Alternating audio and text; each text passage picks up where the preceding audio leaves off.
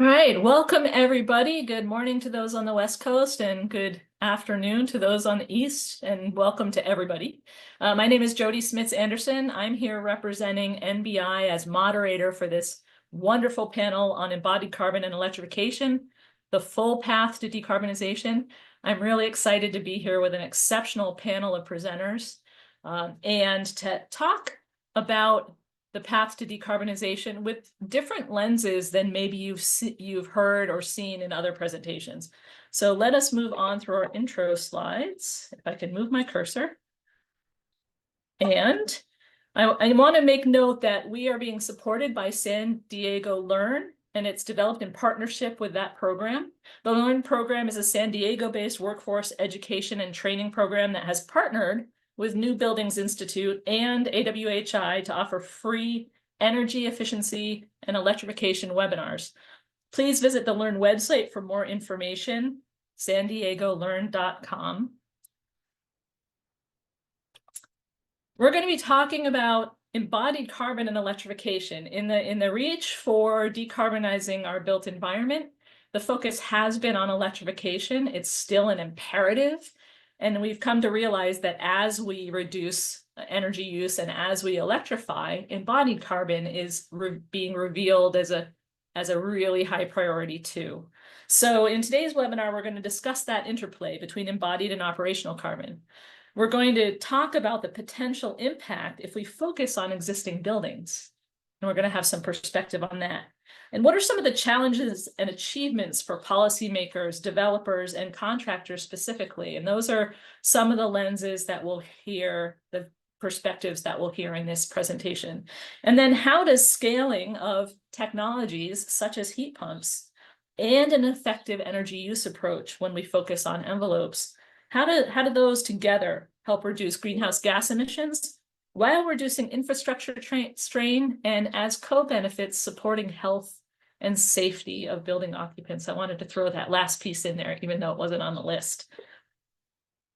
So we have with us Aurora Jensen from Brightworks Sustainability, Jennifer Taranto from STO Building Group, and Lauren Moss from Vornado Realty Trust. We're really excited to have these perspectives, and I'm going to shut off my camera and invite the other speakers to shut off our camera as we transition to Aurora speaking for the first part of the session. As we move to the ensuing parts of the discussion, we will then move into Q&A when everything's all said and done. I encourage you as we go to put your questions in Q&A.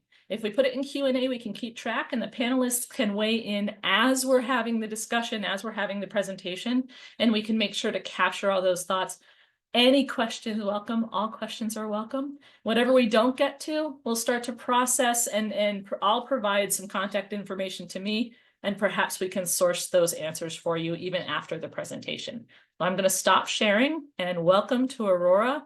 I really want to encourage listening well to all of these perspectives. Aurora has a great perspective on the leading edge work on embodied carbon and on the discussions that we still need to have.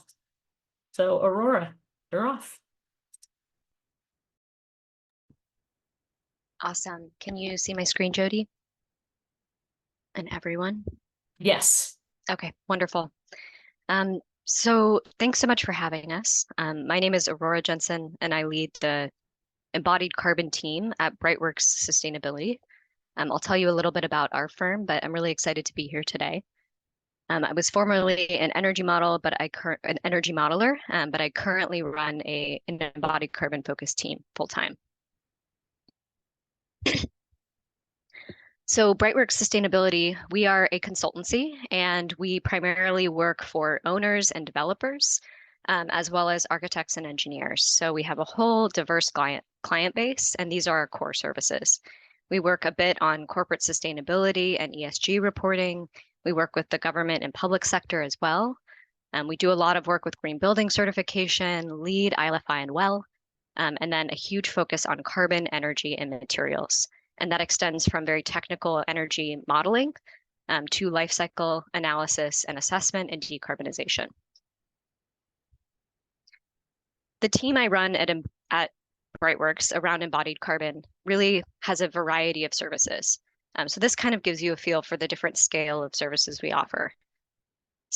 The project scale services are really focused on supporting a project through its life cycle. This looks a lot like energy modeling on a typical project, where we'll engage early, we'll develop strategies at early stages. We may iteratively model how the building is performing over the course of a project life cycle. We're going to offer recommendations on specifications, on strategy, and then ideally we're involved through construction administration, and we do things like submittal review, evaluation of alternates, and basically support for the construction and design teams in executing on that vision. I would say the other half of our services are really program scale services. And this is more frequently where we're contracted directly with owner groups, and we're helping them define and realize their vision for decarbonizing their portfolio of buildings. This often connects closely with our ESG and corporate reporting services as well. This can involve things like helping set up processes to help them decarbonize, look at concrete pilots, convey lessons to their executives for some of the folks we work with at these firms, as well as investigate what their typical builds look like, where the hotspots are around embodied carbon, and then mapping pathways for reduction. So this kind of gives you the suite of what we do. We are a 6-person team right now that works full-time on embodied carbon.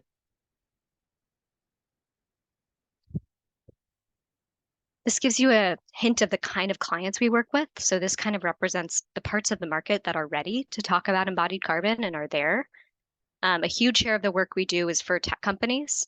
Data centers are a big area where building is taking place right now in a big way. So we see a lot of data centers as part of our portfolio. We also work on educational facilities, hospitality, labs, and office buildings. So a lot of breadth with great depth in certain areas as well. I'm going to talk a little bit about whole building life cycle assessment because I think this term is getting thrown around a lot and it's starting to come into its own as a complement to things like energy modeling as part of a design process. Just in case that anybody on this call is new to embodied carbon, I want to emphasize that this type of carbon tracking is looking at the supply chain of materials. So typically we're looking at activities like extraction and transportation and manufacturing. Manufacturing tends to be the biggest and most impactful stage. Often embodied carbon also looks at later stages of life through construction activities themselves, as well as replacement and recycling. But those other stages tend to be more speculative because you can't always control them during design. Our typical process, at least during the design stage, is to review models and develop bills of quantities from those models, which can be very complicated because the models aren't always set up to have quantities built on them. And then we basically marry those quantities with materials data assumptions and use that to interpret the results and basically give directional advice to our clients and our project teams about where the biggest opportunities lie.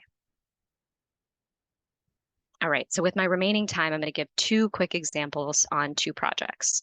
And the first is meant to emphasize reuse. So this was a major project we're working on, an office building, and it's reusing the existing structure and foundations.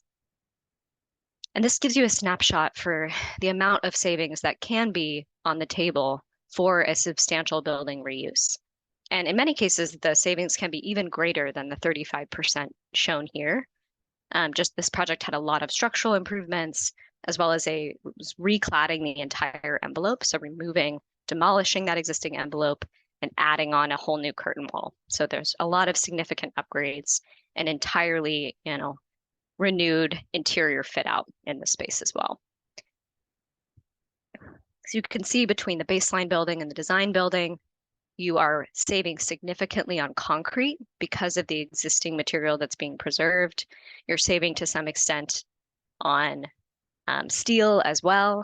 And the packages that are staying the same, that aren't changing between your baseline and design building, are the ones that are brand new, where you're installing full new fit out packages. You still have a whole new curtain wall system being installed there.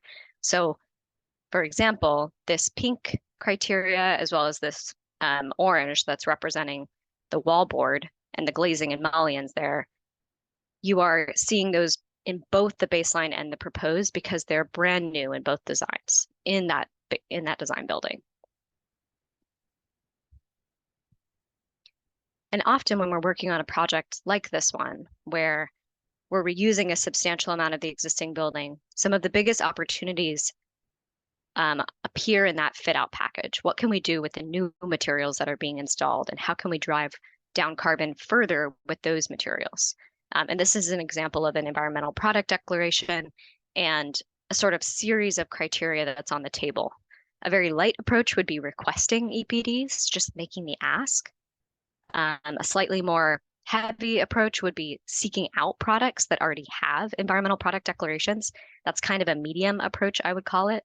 And then the most ambitious approach would be requiring type 3 product specific environmental product declarations. And we think a lot of categories right now it's feasible to require EPDs, and we've been doing that across many product categories. And that's really signaling to the market that we need transparency. All right, so the last example I'll share before handing it off is this sample of a multifamily typology investigation. So this investigation was for a developer client where we were on board to explore decarbonization opportunities for this low rise multifamily build. And this is what this build looks like. So this typology is representative of what this developer builds frequently all across the country. And we were given the opportunity to unpack where are the carbon hotspots in this building. And this graphic kind of gives you a feel for the major contributors here. We were really surprised to see the doors being a significant contributor to the whole, and that's because there are so many doors in multifamily projects. And the structure is not as significant because it's a lower rise typology with a stick frame construction approach. We often found also that flooring was a significant contributor. We had that come in around 20%, as well as concrete for the foundations is coming in about 16%. Other things that mattered here were the gypsum wallboard, so some of those fit out materials, the insulation, as well as the wood and the major trusses for both the roof and the floor systems.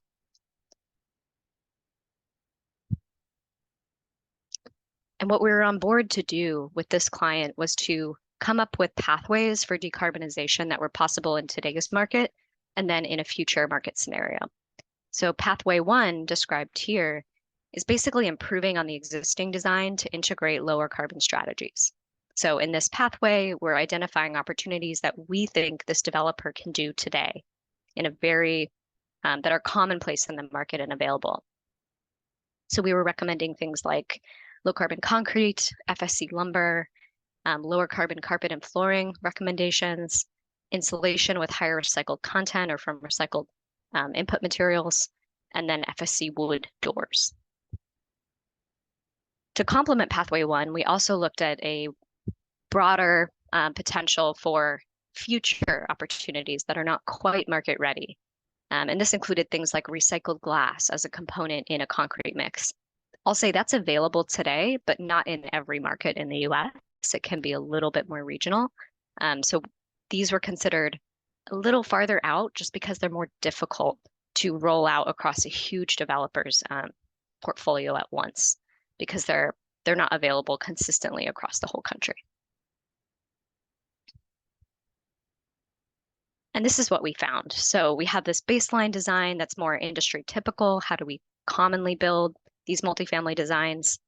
The design scenario reflects the specifications on this individual project we were looking at as a sample. And then pathways 1 and 2 showed us, something between a 25% and a 40% reduction in carbon overall.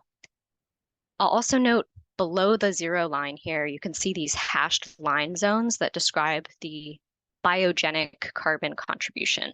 And that's basically an estimate of the carbon that's being taken up in bio-based products as they grow, because those products absorb carbon dioxide from the atmosphere and they create molecular carbon in the matter of the plant. So that estimate below the line is also offering a carbon benefit to this project, and that's not included or reflected in the percent reduction noted on the screen. So that's a secondary benefit we would explain to our clients. And often the way that these analyses then make their way into these projects is through specifications. So this gives you an example of writing requirements into a project that describe certain targets for something like concrete and a reduction from a common concrete mix to a more low carbon decarbonized mix profile. So these are the kinds of strategies we're currently workshopping with our clients and with contractors we work with as well. And we're excited to see where this all goes. Thank you. Fantastic, Aurora. Thank you so much. True to form, we're packing a lot of information into brief intros, and we're going to get into a lot of the meat of the topic as we get into the Q&A. And I shouldn't say meat because I'm trying to eat a vegan diet. So we're trying to get into the plant-based fiber of the discussion in the Q&A. So as a reminder to participants, please put your questions in the Q&A, not the chat. The panelists can't see the questions in the chat readily, and they can't answer them directly. So put the questions in the Q&A. If you have observations or any technical trouble, put them in the chat and we'll figure that part out.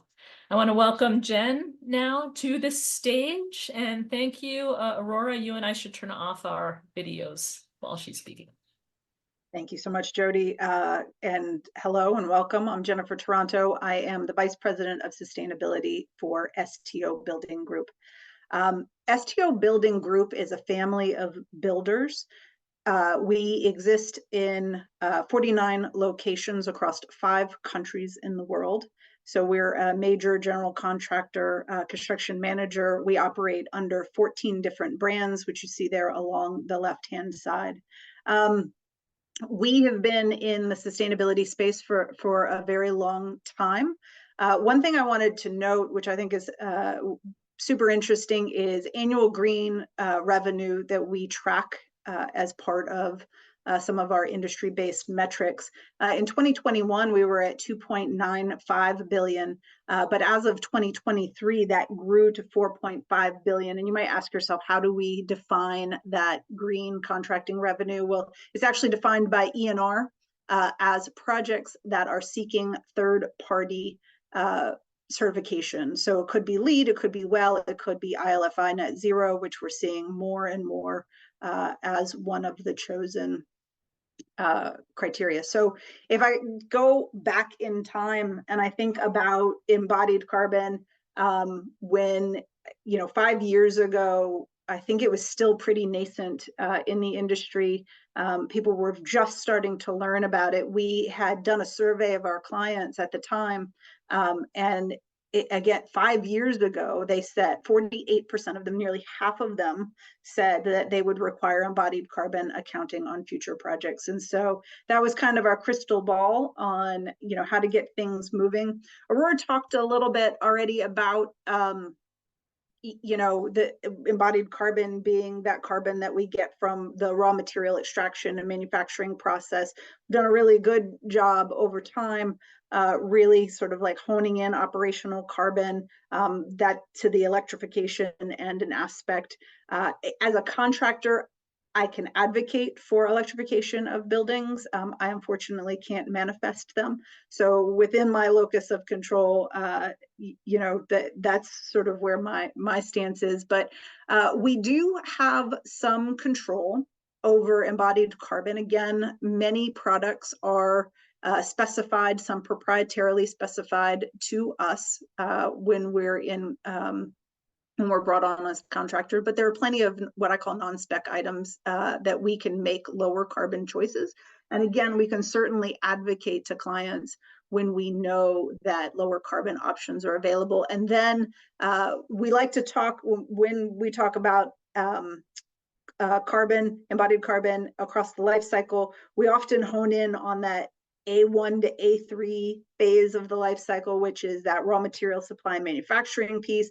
But as a contractor, I particularly like A4 and A5 because that's really like the construction, installation and material transportation piece. That's where, again, I have a little bit of control on how we're building our projects. So you saw this diagram in Aurora's presentation. She's got the cool offset pieces in hers for biogenic carbon that I don't have. But how do you get your contractor involved when you're having an embodied carbon conversation? Oftentimes, I feel like we're on our back heel as the contractor coming in to a project who, the design team is already met and fortified and has determined the goals for the project.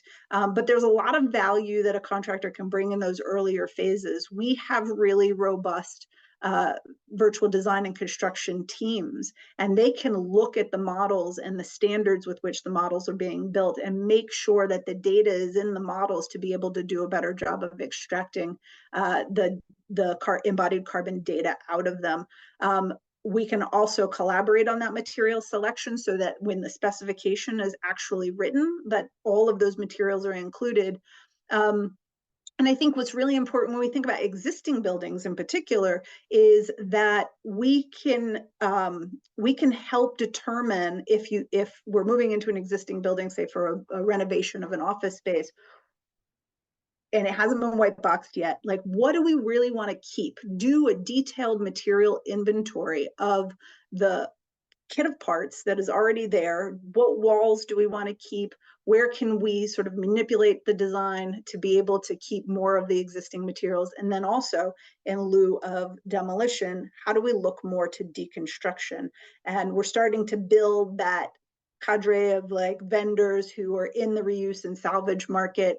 And so being able to have the time to deconstruct a space versus demolish a space and working that into the schedule, I think is a big piece that we can bring to the table. And then as we move into construction, of course, we're doing all of the accounting real time on what the materials are. When we first forayed into starting to look at embodied carbon, we were really kind of looking for an easy button. And tally, was one of the things that we highlighted as a possibility. We were working on a big industrial project, and we had the model for it. So we worked with our VDC team to put it into tally, and we realized that we didn't have a single federated model. We had 3 models: one for interiors, one for structure, and then one for core and shell.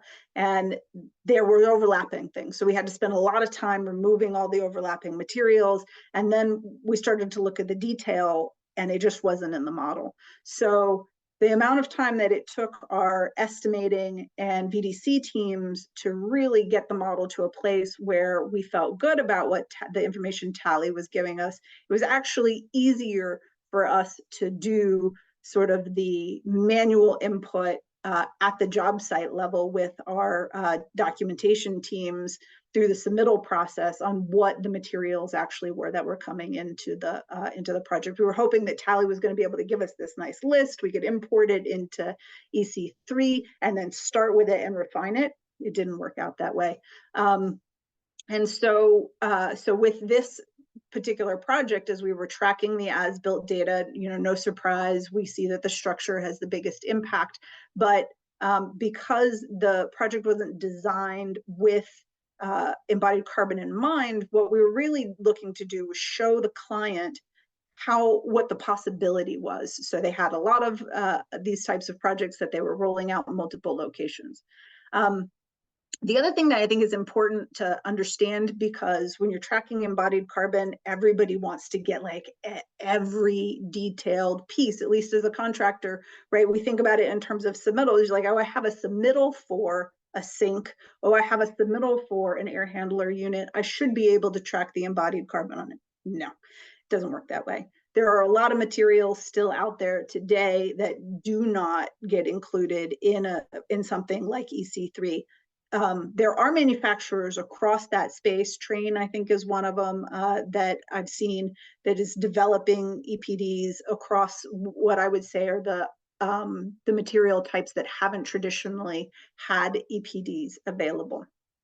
As we move into talk about that sweet spot A4, A5, we use a tool called Green Badger to track this.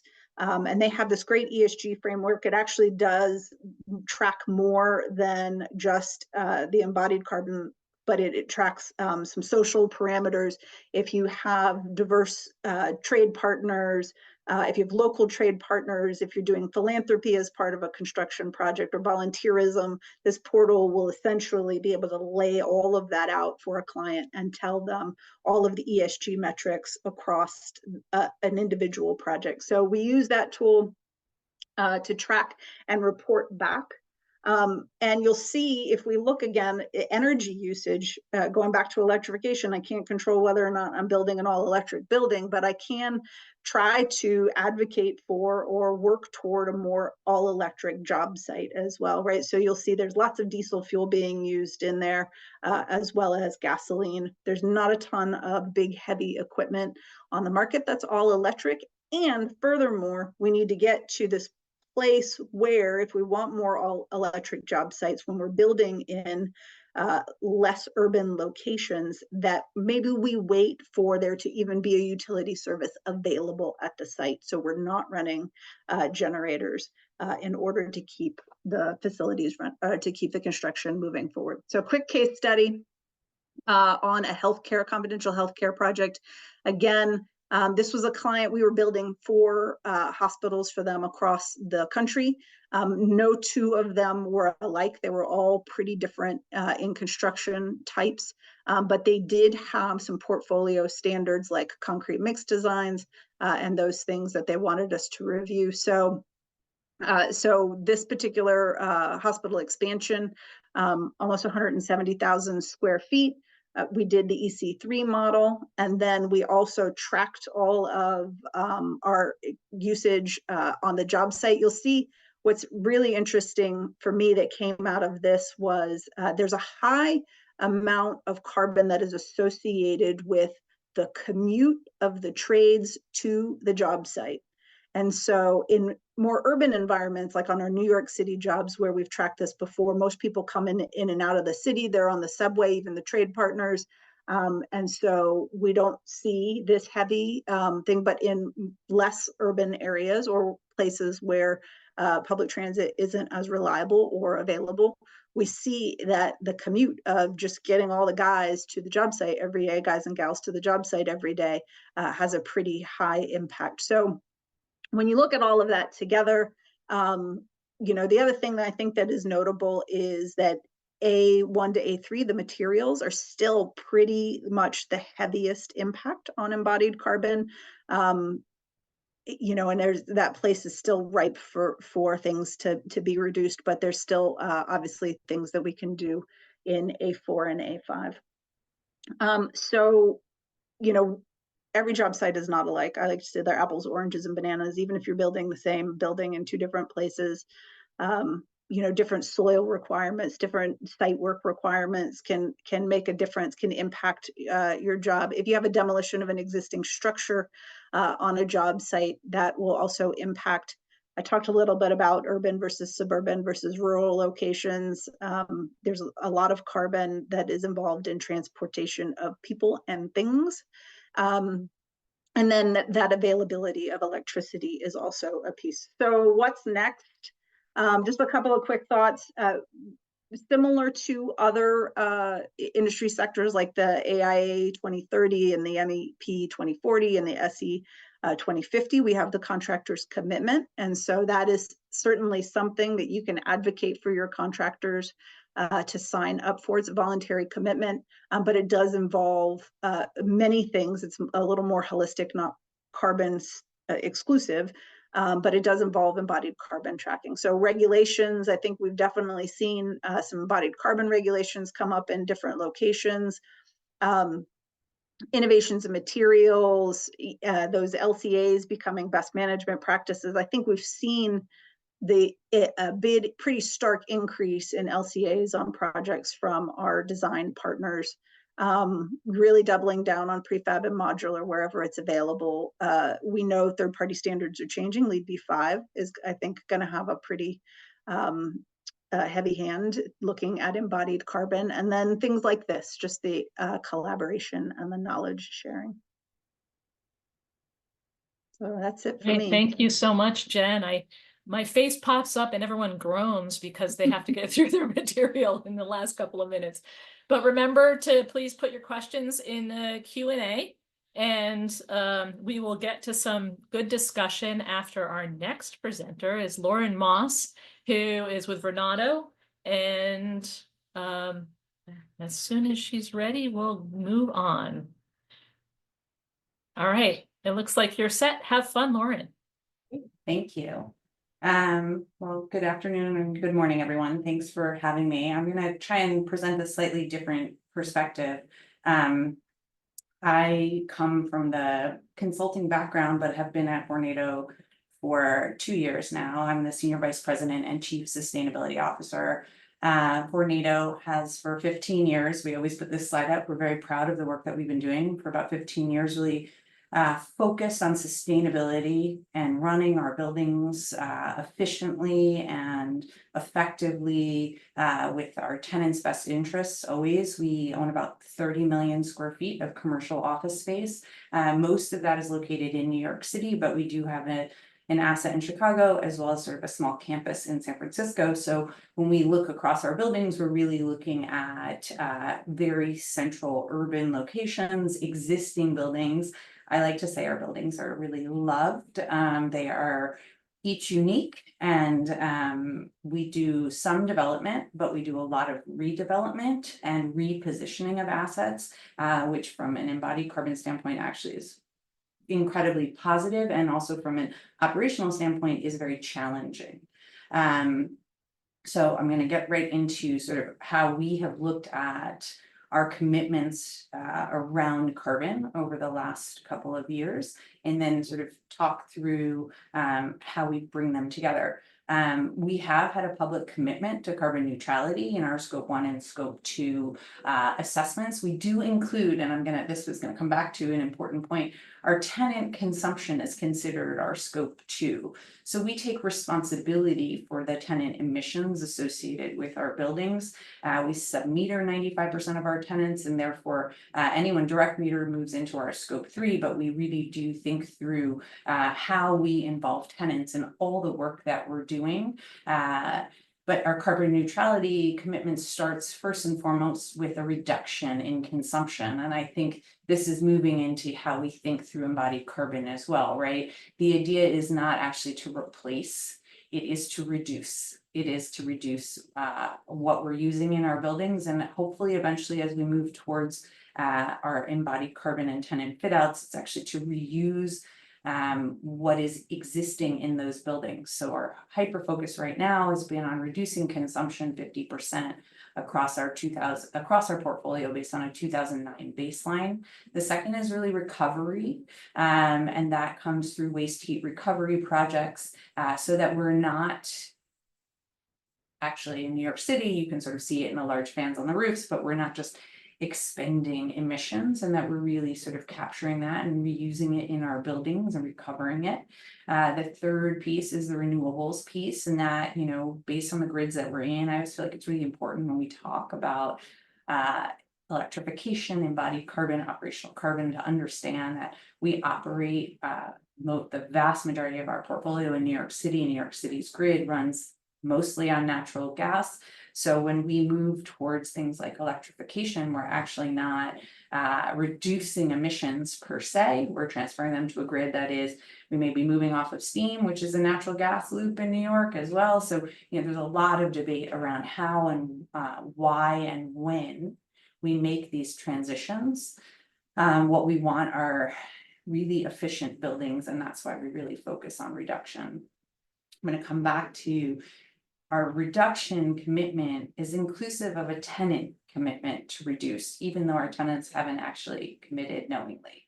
It is part of our awareness and how we run our buildings that we're really looking at how we can help our tenants. We have put out high performance building guidelines so that when our tenants are fitting out new space or renovating their space, that they're building out their space for a stretch energy code or for a much more aggressive savings depending on the location that they're in. We do work with our tenants, especially with all of their sub-meter data, to think through how they can be more efficient in their space. Commercial office buildings, about 65% of the load in any one of the buildings really driven by the tenants. So we are sort of working, all of the work that we do is really focus on base building systems, but also on how our tenants are responsive to what we're doing. You can see that we hover around 32%. We've got to get to 50% by 2030. So we have some opportunity to develop more savings and more investments in our buildings. We do have a lot of other goals that we're really proud of, and I always like to mention them because I think we all get caught up in sort of energy when we're talking about carbon. We have a very aggressive waste management program. We have 100% organics in every one of our in-service office buildings, meaning every one of our tenants can take advantage of composting in their spaces. They provide a bin, we will align it, we will remove it, we will report to them on it. We have a target of 75% diversion of waste. We report that in our scope 3 emissions as we look towards a longer term net zero goal. And we ended 2023 at 65%, which we are incredibly proud of. And it really is about the engagement with our tenants. You can see we have some water goals also in training and procurement, things like that.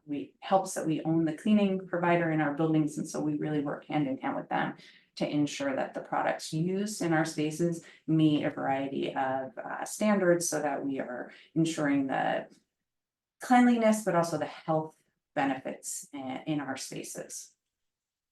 And I think one of the things that is really important to talk through is investments in buildings. So we have been very focused since 2012 on making investments in our buildings that have resulted in carbon efficiency. We are a public REIT. So part of what we have to do is meet shareholder, we have obligations to our shareholders to run our buildings efficiently, effectively, make them inviting to our tenants, and also to provide a return on investment. So when we look at all of the projects and the work that we're doing, I think one of the things we've been doing, especially around this focus on reduction, is electrification doesn't necessarily make sense all of the time, especially in existing buildings. It is extremely invasive to tenants. It is extremely expensive. It is thinking through the grid. So when we think about electrification, we really think about reducing consumption first, driving down to the most efficient building operations possible, so that then when we can think through this idea of how do we replace equipment, we can do it over time, right? There's sort of progressive decarbonization, I like to say, which doesn't mean that in one fell swoop, we go from having a building running electricity and natural gas to just electricity. There are times at which tenants roll that potentially, based on the tenant space, that we can electrify that space, right? That we can take them off the sort of centralized system and really think through the application of heat pumps at those moments. So we are doing all of that in every one of our buildings, and also working with our utility providers to ensure that the decisions we're making provide us with resilient buildings, right? That's the other thing. We want to make sure that our buildings can operate at all times.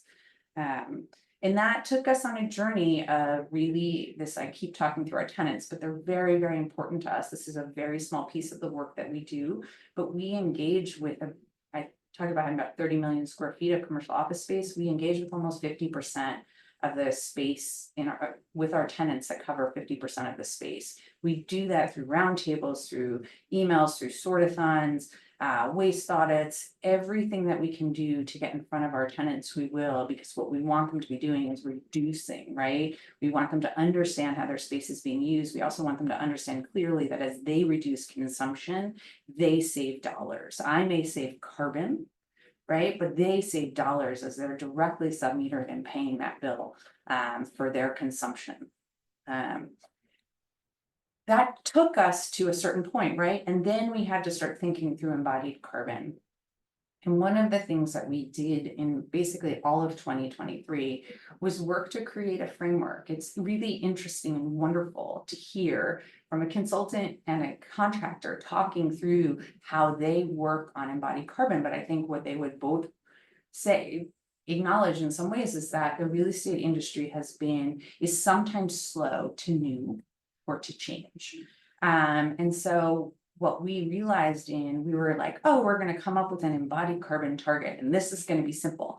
what we realized really was that it wasn't simple. It was complicated because of the fact that I had to work through our design and construction team and get them on board and really spend a huge amount of time training them as to what this meant, how this impacted our construction schedule, what is realistic in the work that we're doing, how if concrete takes longer to cure, what does that do to the entire timeline of the project? What is cost incurred, not just in the differential of the material itself, but in taking 3 days as opposed to 1 day? Are there places where we could reuse that we aren't seeing then and now? So what we did was spend a lot of time looking at the process of construction and ensuring that embodied carbon would meet every one of those criteria, right? That we would have embodied carbon discussions from the start, not on the back heel, right? As Jen said, which makes a huge amount of sense, right? Not to say to a Turner or to an STO later, wait, we need to hit this target. We want to know, we want it to be part of the initial conversation so that we can track it and develop it. We went so far as to write RFP language, to write specification language, and then to come out with a target. And that target is a 10% reduction in our development process. And so what we're doing is looking back at all of the LCAs we've done and now going back and saying, okay, we did a life cycle assessment at the beginning of the project. Let's actually look at what happened after, right? When we had a target and we based it on what we could do. Did we actually follow through? And so we're trying to really understand, there's a lot of questions around cost, right? Cost implications, availability of material. This is such a new area. It's still evolving. The idea of getting accurate information, always evolving. It's hard. I don't actually want to make this seem easy at all, but because this is a very hard and complicated process to not just develop a target of net zero, but to think through how you're going to do that with all the puzzle pieces, right? And now the next piece, or I think, or the next frontier for us is how we move our tenants into this framework, right? From their fit outs to their reuse of materials. You know, the dream is that there's some sort of a bank of materials that we all know about, we can come back and use and contribute to it, and it doesn't cost us anymore, and the construction teams are excited by it. And so there's a lot of pieces in this that we're working on and that we think a lot about all the time. And I would just caution everyone and say, I think it's still evolving. I think it's incredibly exciting. And we've seen a huge amount of uptake. And I think we will continue to see that, and it will continue to evolve and become, I would say that I look at this as like LEED from 20 years ago when it was so hard and people didn't quite understand it and thought it was so expensive and complicated. And now we all just think of LEED, we sort of get it, we understand it, the market understands it. That embodied carbon will get there as well as the tools get better, as the data gets better, as it gets easier to do. And with the one thing that I would say is I don't want it to become looked at as an energy model, because I think when we look at energy models, sometimes we see it at the beginning of a project and we don't necessarily true it up at the end. We want to make sure that we are, especially with embodied carbon, going all the way through from beginning to end and really creating this whole building life cycle that is truly a reflection of the work that is being done. And with that, I'm gonna turn it over. I'm gonna back to Jodi. Wonderful. Stop sharing. All right, thank you so much. You guys are great. I appreciate it. I invite all of the panelists to come back on screen when you're comfortable. And we're gonna I'm gonna say a couple of wrap-up things, and we're gonna have some discussion. So the wrap-up things that I reflected on as we were going through is that I heard an awful lot about, which is great, about building reuse and having to build that economy for building reuse, and building reuse as well as material reuse. I saw a lot of questions about embodied carbon and understanding the impacts, baryogenic carbon and understanding the impacts of the storage of carbon in a building. That's really great to see. I heard very clearly a difference in perspectives because we move different parts of the industry in different ways. And I think that that's really important to note. There's in my history, I did some policy work in New York State. And at first I thought once we set a policy, we'd be done. But the reality is you talk about the goals, and whatever role anyone has, empower them with the ability to say, how do I move toward this goal in my work? So I'd like to invite everyone on the call to reflect on that as well. How do I move this goal in my work? It doesn't have to be exactly what you heard here. Maybe there's some feedstock here for what you want to do, but you have to find your own path to that objective. So with that, I'm going to open it up to questions. We've answered some in the chat as we go. And actually, I wonder if, why don't we touch on a couple of the ones that we haven't answered, and then we'll go back and talk about some of the other objectives, if that's okay. We've had a great roster of questions going on, which is awesome. So one of the ones that we haven't answered is, let's see.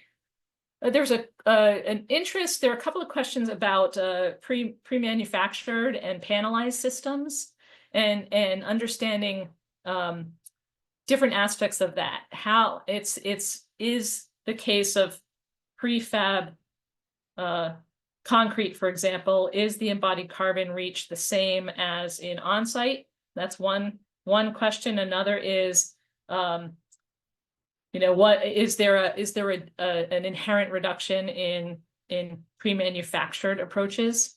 So does anyone have a reference to that or an answer to begin?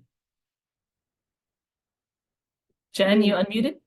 I did unmute. I don't have a good answer. I mean, theoretically, the answer is yes, of course, prefab and modular solutions should be better than on-site. I think that what is interesting, it would be an analysis between the two. I suspect there's a lot more waste concrete on-site, which would contribute to a delta. Mixed design is the mixed design, and that's how we derive the embodied carbon. And so I don't have a great answer for that question. I don't think the analysis, at least not that I'm aware of, I don't know of an analysis that's been done there. That's absolutely fair. I'm going to hit one more question that we haven't answered. Aurora, you wanted to weigh in?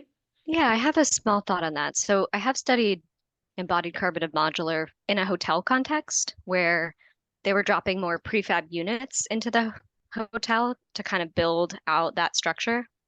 And one of the really surprising findings on this project was because every single wall is basically a double wall because you have two units coming together, it was actually incredibly inefficient in its use of materials because of that duplication of effort and a tremendous use of tube steel, like basically pipe steel, that is really high carbon. It can't be produced in electric arc furnaces. It has to be produced in blast oxygen furnaces, or at least that's more common in the US.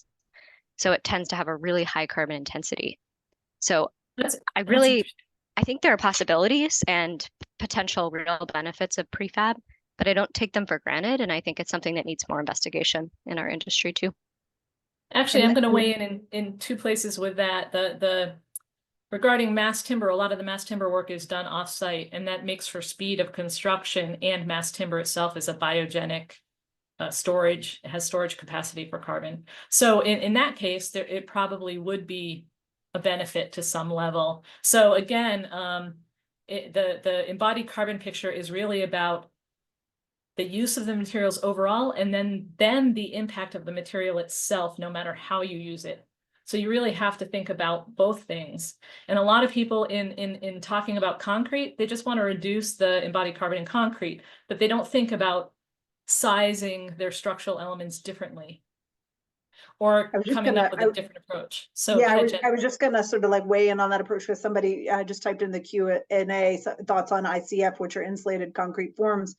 And that's actually been one of the small wins that we've seen when we look at things like prefab or other modular, is just there's an opportunity to reduce the overall amount of concrete that you use, whether it's through TIPS panels or through the prefab, is that you can create some things that have like essentially like hollow sections where you're just using less concrete, and then you do end up getting a reduction. And that's the win, right?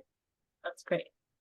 That's great. Okay, I'm going to move away from the Q&A for a second, because when we were putting this together and when we publicized it, there were two questions that we had in mind. One was, and I think you might have touched on successes in each of your presentations. So I'm going to skip right to what's the one challenge that you want to tackle and move forward, say in the next year? Like, what topic is really top of mind for you in the work you're doing from the perspective that you're in? And I'm going to start, Aurora, I'm going to start with you because we're going in the order of speakers, if that's okay. Okay, sounds good. I think this came up a lot in the chat, but I think norms around how we account for sequestration in our bio-based products is a huge area.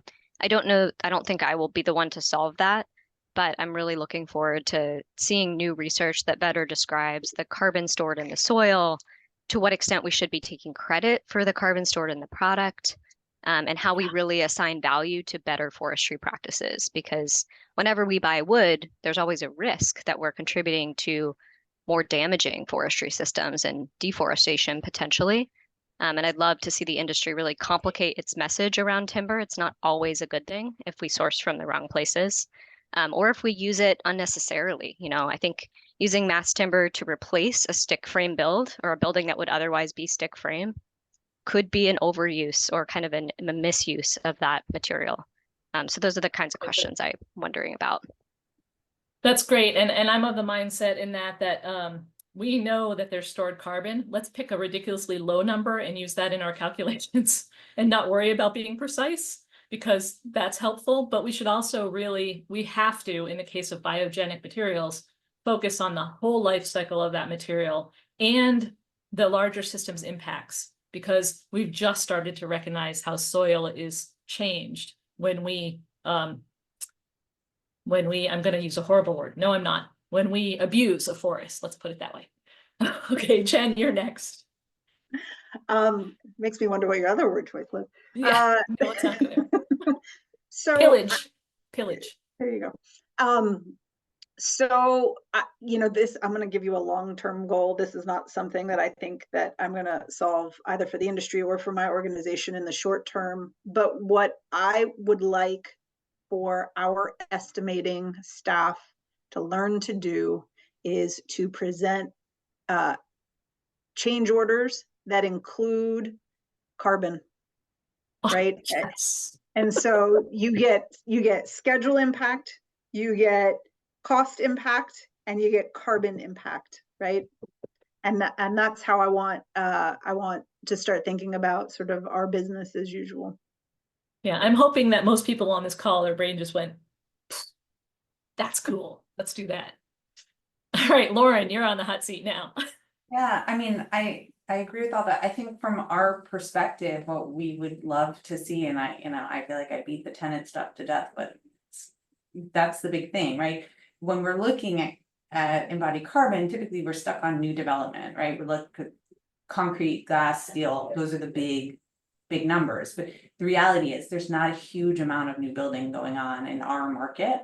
And so what I would love to see, and we tried to do with the framework, and I'm happy to send the framework to anybody who wants, is to look at the materials, right? And start, and what Jen was saying is right, which is to say, here are your options and here's your impact, right? And let people start making educated decisions around all of these fit outs that we're doing, not just that we do to make lobbies and amenitize our buildings, but also with our tenants. Like we've done this high performance tenant fit out that's really hyper focused on operational energy. It would be really nice to start to have the tenants understand and work towards embodied carbon targets. And we see some, I don't want to say that we don't see all tenants doing this. We have tenants in some of our buildings, like I always say the same example. We have a law firm moving into a different law firm space, and not to generalize law firms, but they sort of all look the same. They might have a different color wall or whatever. Everyone has a chair they like, but what this law firm did was realize they were moving into this other law firm space. And so they're really doing a very minor renovation. As they said to us, please don't like rip everything out. We want to be in faster and cheaper. And that means we want to redo the conference rooms because in the middle as opposed to whatever. But we're going to keep the majority of the space the same. So we're trying to figure out how I would love in the next year to take this embodied carbon framework and sort of really work it through the other kinds of work that we do, which is really this sort of interiors work. And that's going to take a whole different group of people at Vornado in every real estate company, right? Our internal construction teams, it takes the architecture community, et cetera. But yeah, that's a great point. When you look at the time value of carbon, and you look over the life cycle of a building, interiors, especially in commercial, is a huge percentage, like 25% of the carbon mix over the life of the building, because we have created a refresh, renew mentality with our spaces. And refresh, renew doesn't have to be new. It could be actually refresh and renew, which is quite enticing to somebody as much from New England as I am. So let's put it that way. All right, we only have 5 minutes left. I want to invite anyone to put in a last question in Q&A. And they're gonna all of a sudden hit really fast. And while I'm scoping them out for maybe one we can answer, are there any thoughts that our panelists want to share that you didn't get a chance to share? Like, what do you hope that everyone heard, or what did you forget to say in the panic of only having 10 minutes or so? Oh, well, that's good. So we're looking at, oh, go ahead. Somebody spoke? There's a good question. We can go that direction. Okay. Otherwise, yes, pick it. Which one? oh, I was just going to offer kind of a takeaway that hadn't been covered yet. Why don't you do the takeaway, and I think we'll still have time for one question if I can grab one.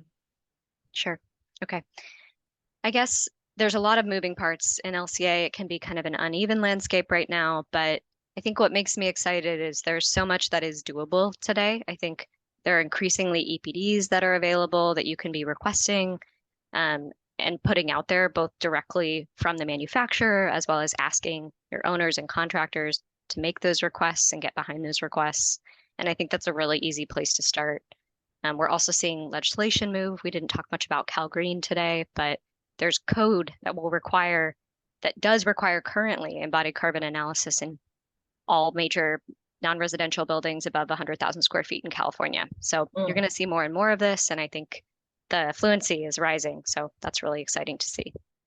Yeah, I agree with that. And that code is more and more states are bringing embodied carbon into their code discussions. And I say for anyone on the call who has a passion for codes and policy or is curious, the process of creating standards and codes is actually, in most cases, open for public comment and open for public engagement. So keep your eyes open when we've had some steps backwards in the last year in the standards development nationally. And I think there's an opportunity for you to learn and engage in some of the work that's going on regarding decarbonization at all levels. Again, it has to be both operational and embodied, and it does have to impact behavior change, education, implementation, equity, material cycles, resilience. It is a complex problem that needs many voices and many perspectives. So I hope that you enjoyed this talk. There is a question in the chat about contact information. If any of our speakers are comfortable sharing their contact information directly, please put it in the chat. If you're not, that's totally understandable. This is quite a large attendance of a webinar. In that case, I will be glad to field any inquiries and pass them on as needed. So thank you very much. I really appreciate it. And we'll give time to put contact information in the chat, and otherwise we're getting ready to head out.